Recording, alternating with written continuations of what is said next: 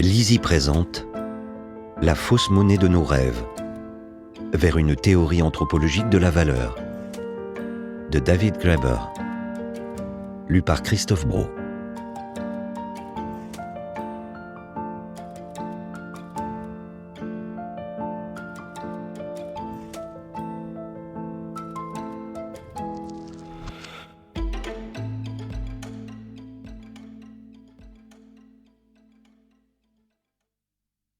La croyance de tous, la foi, est l'effet du besoin de tous, de leur désir unanime. Le jugement magique est l'objet d'un consentement social, traduction d'un besoin social. C'est parce que l'effet désiré par tous est constaté par tous que le moyen est reconnu apte à produire l'effet. C'est parce qu'il désirait la guérison des fiévreux que l'aspersion d'eau froide, le contact sympathique avec une grenouille, semblaient aux hindous, qui avaient recours au brahman de l'Atharvaveda, des antagonistes suffisants de la fièvre tierce ou carte. En définitive, c'est toujours la société qui se paye elle-même de la fausse monnaie de son rêve. Henri Hubert et Marcel Mauss, Esquisse d'une théorie générale de la magie, 1904. Quelques mots en guise d'introduction. Lorsque j'ai entrepris l'écriture de ce livre, les objectifs que j'avais en tête étaient relativement modestes. Je souhaitais avant tout apporter ma contribution aux théories anthropologiques de la valeur.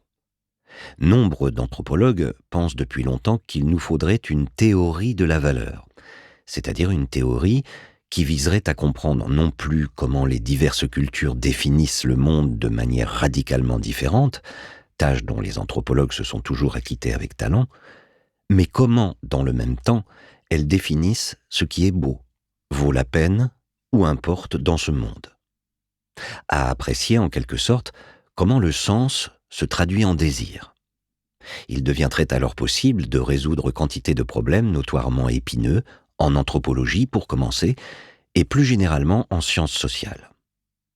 Je me demandais donc si je serais capable d'esquisser à grands traits une telle théorie, et aussi de la relier à certaines idées sur la richesse, le pouvoir et la nature de l'argent que j'avais exposées dans un article il y a déjà quelques années.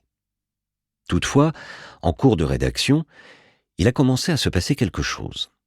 À mesure que j'écrivais, je me heurtais au fait que mes propres hypothèses et priorités étaient à bien des égards diamétralement opposées à celles qui sont considérées aujourd'hui comme relevant du bon sens en sciences sociales. En tout cas, dans ces disciplines qui se croient les plus engagées politiquement. Sociologie, anthropologie, histoire, études culturelles, etc. Chaque fois qu'il me fallait clarifier des points de divergence, je prenais conscience que ce livre devenait nettement plus ambitieux. D'une certaine manière, il acquérait les qualités d'un traité politique, ou, du moins, d'une réflexion approfondie sur les relations entre des disciplines comme l'anthropologie et la politique. La version officielle de l'histoire, le genre de récit qu'un journaliste tiendrait pour acquis, présente les dernières décennies du XXe siècle comme une période où la gauche américaine s'est en grande partie repliée dans les universités et leurs écoles doctorales pour élaborer une métathéorie radicale toujours plus obscure, déconstruisant à tout bout de champ pendant qu'autour d'elle, le reste du monde devenait toujours plus conservateur. En caricaturant grossièrement, je suppose que ce n'est pas totalement inexact. Pourtant, les événements récents laissent à penser qu'il serait possible de raconter cette histoire autrement.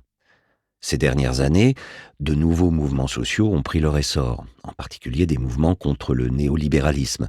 Aux États-Unis, on parle d'idéologie du libre marché. Et ce, partout dans le monde, même aux États-Unis, quoique avec quelques retards. Toutefois, la soi-disant gauche universitaire américaine n'a joué pratiquement aucun rôle dans cette séquence. Et, de fait, nombre de ses membres présumés ne semblent que vaguement conscients de l'existence de tels mouvements. Peut-être n'est-ce pas si surprenant après tout. Le néolibéralisme reste un sujet à propos duquel la métathéorie critique moderne n'a jamais eu grand-chose à dire. Mais pourquoi donc ? J'ai l'impression que cette théorie critique a en réalité anticipé les arguments néolibéraux de mille et une façons. Prenez le concept de postmodernisme, par exemple. Bon, c'est vrai qu'il est assez délicat à manier. D'ailleurs, peu d'universitaires se qualifient de postmodernes. Mais voilà précisément ce qui a rendu ce terme si puissant. Le postmodernisme n'a jamais constitué une proposition formulée par quelqu'un. C'est un fait accompli qui se devait d'être unanimement accepté.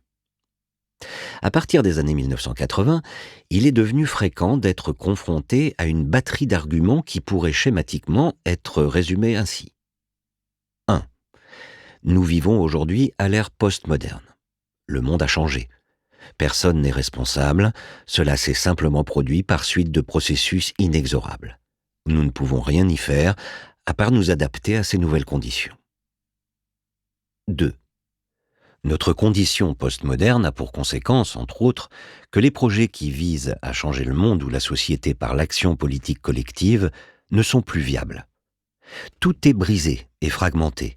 De toute façon, de tels programmes s'avéreront tôt ou tard impossibles ou produiront des cauchemars totalitaires. 3.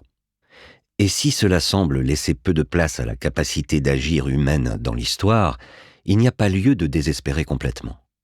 L'action politique légitime peut encore advenir, à condition qu'elle se situe au niveau personnel, en façonnant des identités subversives, des formes de consommation créative, etc. Nous espérons que vous avez apprécié cet aperçu.